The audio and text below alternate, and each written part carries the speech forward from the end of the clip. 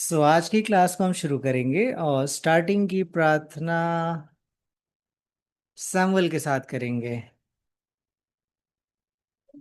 आइए हम आपके हाथों आंखों को बंद करते हैं और रात में चलते हैं। जिस पापा धन्यवाद करता हूँ कमली स्टार्टिंग आज जिस पापा आज जुड़े जो हम जिस पापा अच्छे से सुनने पाए। जिस पापा आज जो दृष्टांत बताते हैं अच्छे से करने पाए। जिस पापा आपको धन्यवाद करता हूँ, आप हमारी रक्षा करते हैं। जिस पापा धन्यवाद करता हूँ आपका। जिस पापा आज जो बच्चे जुड़ नहीं पाए, जिस पापा उनको अच्छे से रखने। जिस पापा आपको धन्यवाद करता हूँ, आप हमारी रक्षा किए। जिस पापा धन्यवाद करता हूँ, धन्यवाद। हर एक को अच्छी रखना। जिस पापा धन्यवाद करता हूँ, आप हमारी अच्छे से रक्षा करते हैं। जिस पापा आपका धन्यवाद करता हूँ आपका। जिस पापा हम अच्छे से जुड़ने पाए। जिस पापा आज हम लोग सीखने पाए। जिस पापा इस छोटी सी प्रार्थना को यीशु पर मिथ्या नाम से आमीन।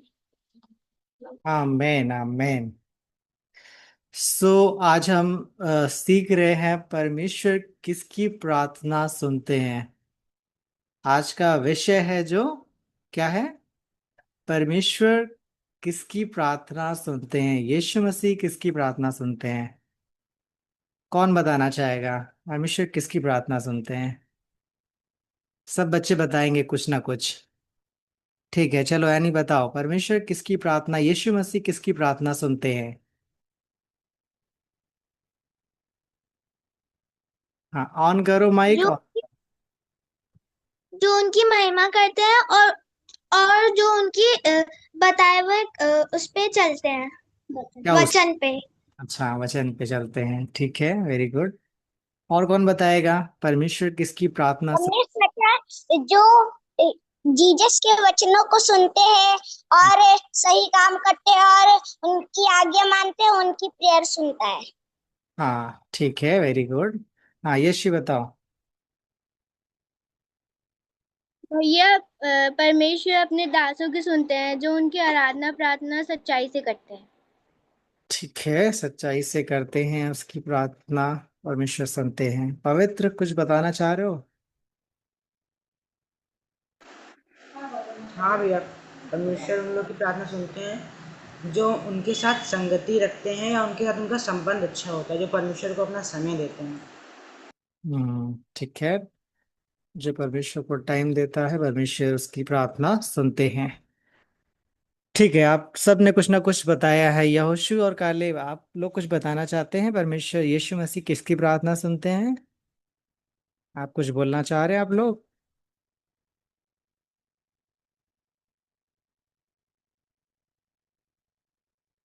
चलो ठीक है, कोई बात नहीं। अब बिल्कुल ध्यान से सुनिएगा, सब बच्चे बिल्कुल अपने कान खुले रखिएगा और बड़े बच्चे जरूर से नोटबुक रखिए। और 7 पॉइंट आपको मैं बताऊंगा, 7 बातें जिससे आपको पता चलेगा कि परमेश्वर किसकी प्रार्थना को सुनते हैं। ठीक है, फर्स्ट पॉइंट जो आता है वो है विश्वास। ठीक है, विश्वास से शुरू होता है। अगर किसी व्यक्ति के अंदर विश्वास ही ना हो तो क्या परमेश्वर सुन लेगा प्रार्थना, यीशु मसीह प्रार्थना सुन लेंगे? किसी व्यक्ति का जीवन सबसे पहले कहाँ से शुरू होता है? विश्वास से शुरू होता है। ठीक है, जब कोई व्यक्ति यीशु मसीह को जानता है सबसे पहले उसके अंदर क्या आता है? उसने चंगाई देखा होगा, प्रार्थना हुई होगी उसके लिए, चंगा हो गया होगा। तो उसके अंदर क्या आया? पहले विश्वास आया, तो उसका विश्वास बढ़ा और विश्वास के साथ प्रार्थना करने में भी लगा और उसके लिए हो गया।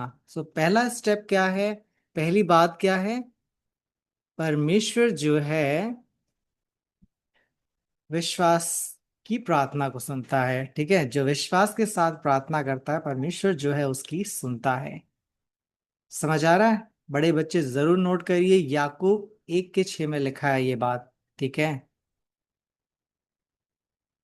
परमेश्वर चाहते हैं कि हम विश्वास के साथ प्रार्थना करें, उस पर विश्वास रखें, ताकि तब हमारी प्रार्थना सुन ली जाए।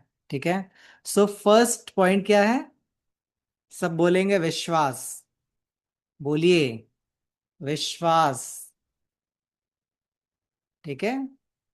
पहला पॉइंट क्या है? विश्वास के द्वारा प्रार्थना सुनी जाती है। ठीक है।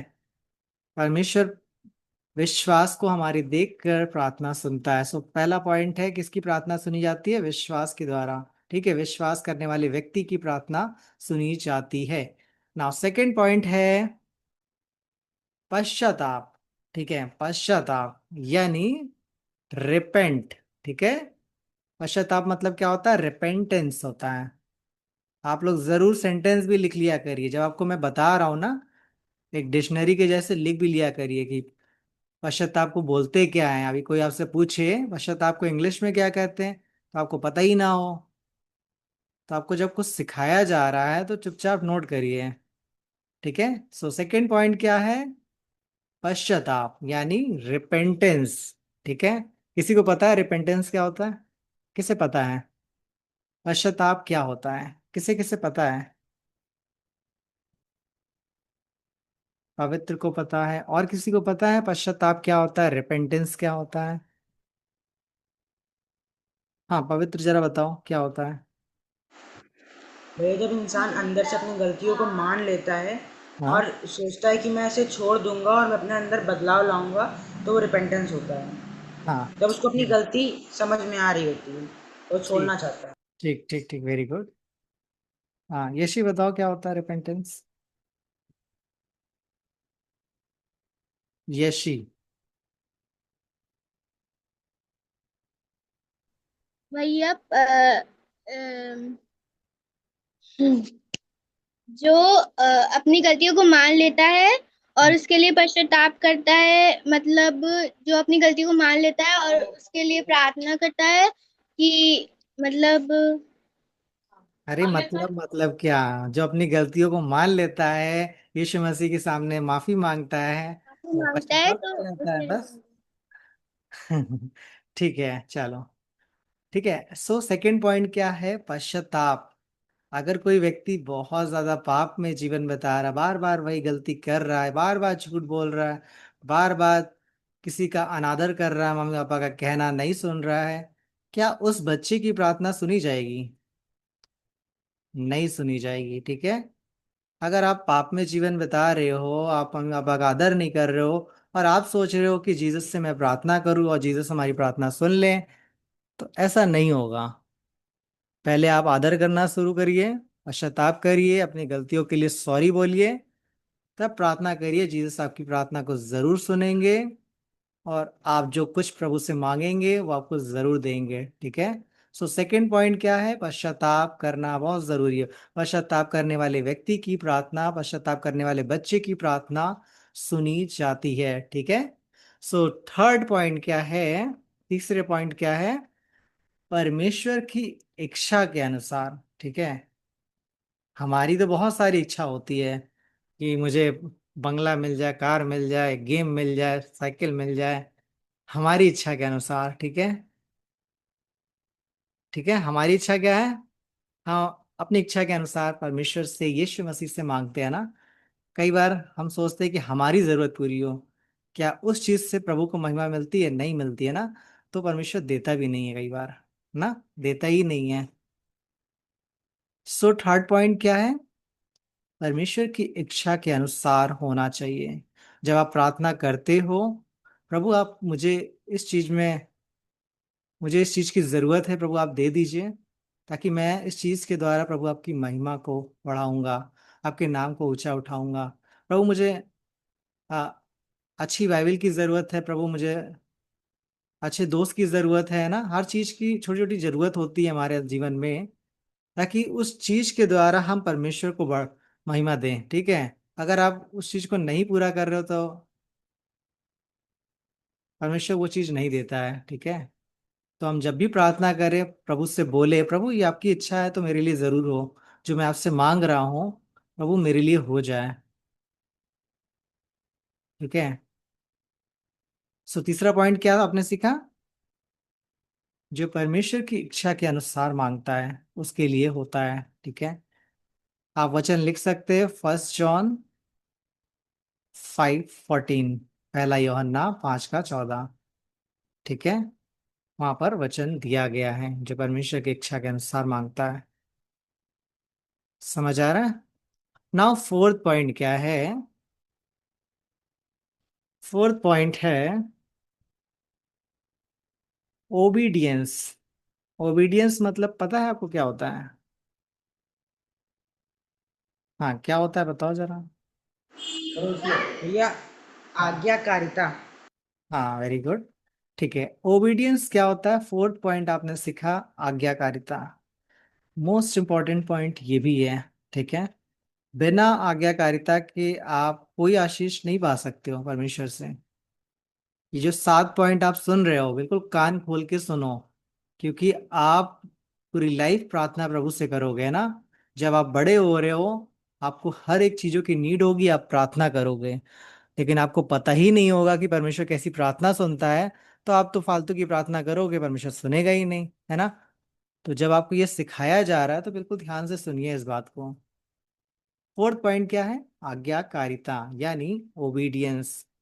आज्ञाकारी व्यक्ति जो होता है ना, वो परमेश्वर को खुश करता है। ठीक है, यीशु मसीह उसी बच्चे से खुश होते हैं जो आज्ञाकारी होता है। कई बार हम टीचर के आज्ञाकारी होते हैं, स्कूल के बहुत आज्ञाकारी होते हैं, टीचर डांटती है हम वो सुनते हैं, लेकिन वही आज्ञाकारिता आपके घर में नहीं रहती है।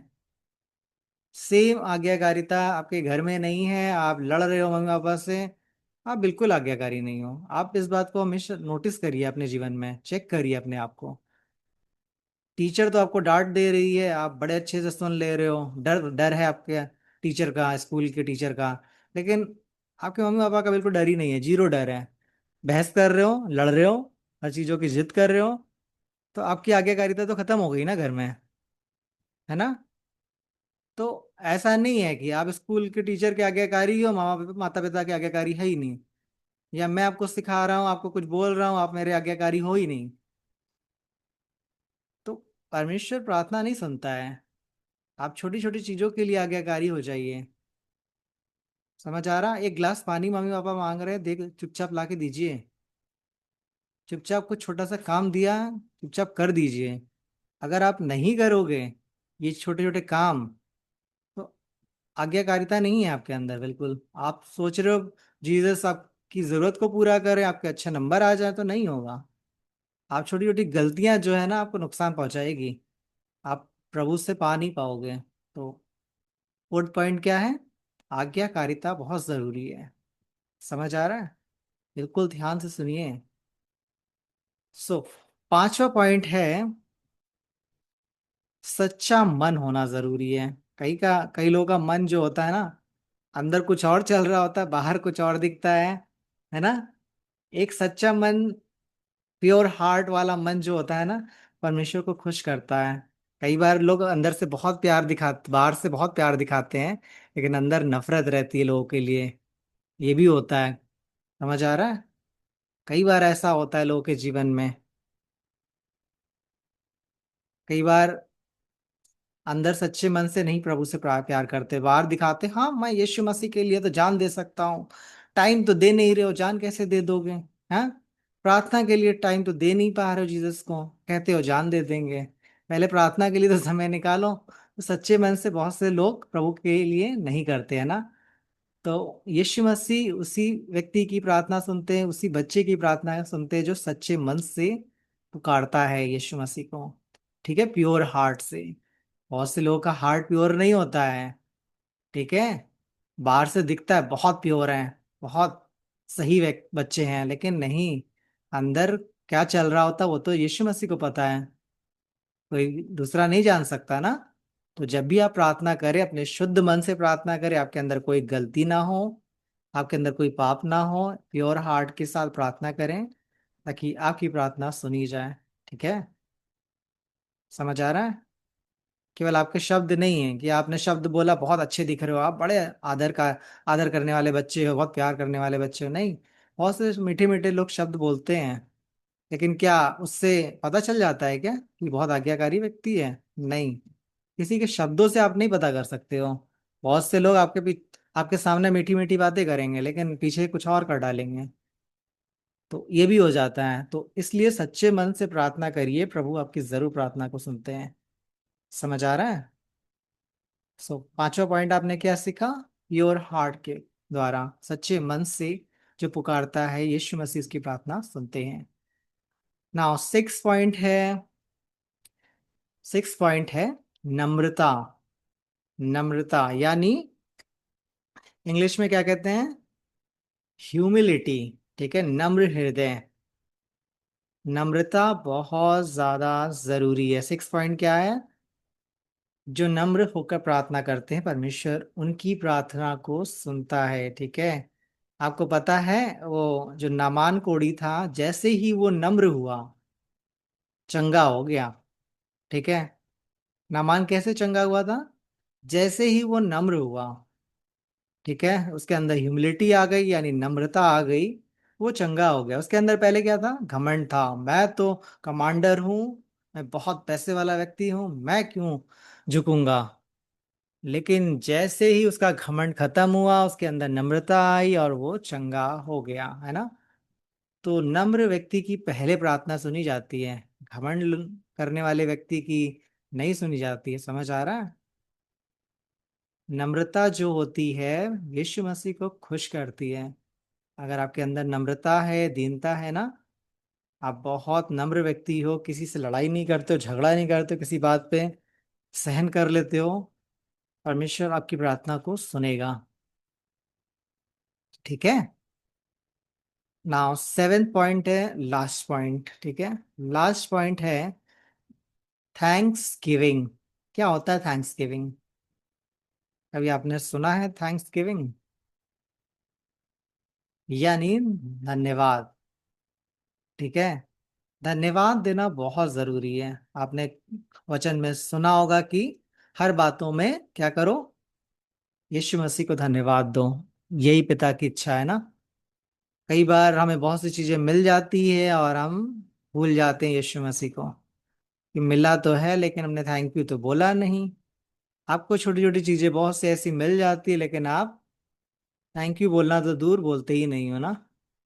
या कोई आपके घर में भी आया, किसी ने कुछ दिया, आप थैंक यू बोलना भूल ही गए। यीशु मसीह आपको बहुत सी चीजें ऐसी सी देते हैं जिनके लिए हम थैंक यू बोलते तक नहीं है। आप कभी सोचिए, एक बार बैठिए चुपचाप और इस बात को सोचिए कि यीशु मसीह ने आपको क्या क्या दिया है। आप सोचिए कि मैं उन बच्चों के जैसा नहीं हूँ जो रोड पे बेचारे एक खाने के लिए, रोटी के लिए तरसते हैं। सोचिए एक बात को। उन उन बच्चों के जैसे नहीं कि फटे कपड़े सिल के पहनते हैं। उन बच्चों के जैसे नहीं कि जो किसी के दूसरे के द्वारा कपड़ा दिया जाता है पहनते हैं। उन बच्चों के द्वारा नहीं है कि जो बेचारे मम्मी पापा उनके मांग के खिलाते हैं ना। कभी सोचिए इस बात को। आपके पास कितनी बातें हैं यीशु मसीह को थैंक यू बोलने के लिए। ये आपको वैसा नहीं मिला है। आपको एक अच्छा परिवार मिला है और अच्छा खा पा रहे हैं, अच्छी जगह रह पा रहे हैं, है ना, अच्छे कपड़े मिल रहे हैं, अच्छी एजुकेशन मिल रही है, आप पढ़ पा रहे हो। बहुत से बच्चे जो पढ़ने के लिए भी नहीं है पैसे उनके पास, किताब इतनी महंगी होती खरीदने के लिए नहीं है। इस बात को कभी सोचिए कि यीशु मसीह ने आपके लिए क्या किया है। तो हमेशा थैंक यू बोलिए। ठीक है, धन्यवाद देना बहुत जरूरी है। अब जब हम यीशु मसीह को धन्यवाद देते हैं तो हमारी बहुत सी आशीषें और खुल जाती है, हमें मिलने लगती है। ठीक है, धन्यवाद के द्वारा और आशीष आती है। समझ आ रहा है? सो फर्स्ट पॉइंट आपने क्या सीखा? विश्वास। अगर आपके अंदर विश्वास है तो आपकी प्रार्थना सुनी जाएगी। सामर्थ और सैमुअल चुपचाप सही से बैठिए, देख रहा हूं आप लोग की हरकतें, ध्यान से सुनना नहीं है दोनों को। सो फर्स्ट पॉइंट क्या है? विश्वास। ठीक है, विश्वास क्या जिसके अंदर होता है यीशु मसीह उसकी प्रार्थना सुनते हैं। दूसरा क्या था बताया मैंने? पश्चाताप करना बहुत जरूरी है। अगर आपने कोई गलती करी, आपके अंदर पाप चल रहा है, आप कर रहे हो, तुरंत माफी मांग लो, तब आपकी प्रार्थना सुन ली जाएगी। तीसरा पॉइंट आपने क्या सुना? परमेश्वर की इच्छा के अनुसार मांगिए, यीशु मसीह आपको जरूर देंगे। फोर्थ पॉइंट आपने क्या सीखा? आज्ञाकारिता बहुत जरूरी है। अगर आप आज्ञाकारी हो जाओगे ना, सारी आशीषों को पाना शुरू हो जाओगे। बाइबल के जितने भी वचन हैं उनको फॉलो करना ही आज्ञाकारिता है। ऐसा नहीं है कि 10 10 आज्ञाएं जो थी उनमें से 2-3 आज्ञा को छोड़ो, नहीं फॉलो करेंगे, कोई बात नहीं। ऐसा नहीं है, एक एक वचन आपको उसके अनुसार चलना है, यही आज्ञाकारिता होता है, ठीक है। सो फिफ्थ पॉइंट क्या सीखा? सच्चा मन होना चाहिए आपके आपका जो हार्ट है बिल्कुल प्योर होना चाहिए। उसके अंदर 4-5 बातें नहीं चलनी चाहिए कि बाहर कुछ और दिख रहा अंदर कुछ और चल रहा है ना। सिक्स, छठी बात जो थी नम्रता, आपके अंदर नम्रता होनी चाहिए। सातवीं बात आपने क्या सीखी? धन्यवाद देना बहुत जरूरी है, ठीक है। इन सातों बातों के द्वारा परमेश्वर हमारी प्रार्थनाओं को सुनता है। तो जब आप प्रार्थना करो तो इन सातों बातों को अपने जीवन में देखो कि क्या इसके अनुसार मैं प्रार्थना कर रहा हूँ कि नहीं कर रहा हूँ। अगर आप करने लगोगे आपकी प्रार्थना सुनी जाएगी, ठीक है। सो किसे किसे समझ आया? ऑनली रेज योर हैंड अगर आपको समझ आया तो हाथ उठाइए। किसी को कुछ पूछना है? सबको समझ आ गया? आ गया? चलो ठीक है, वेरी गुड।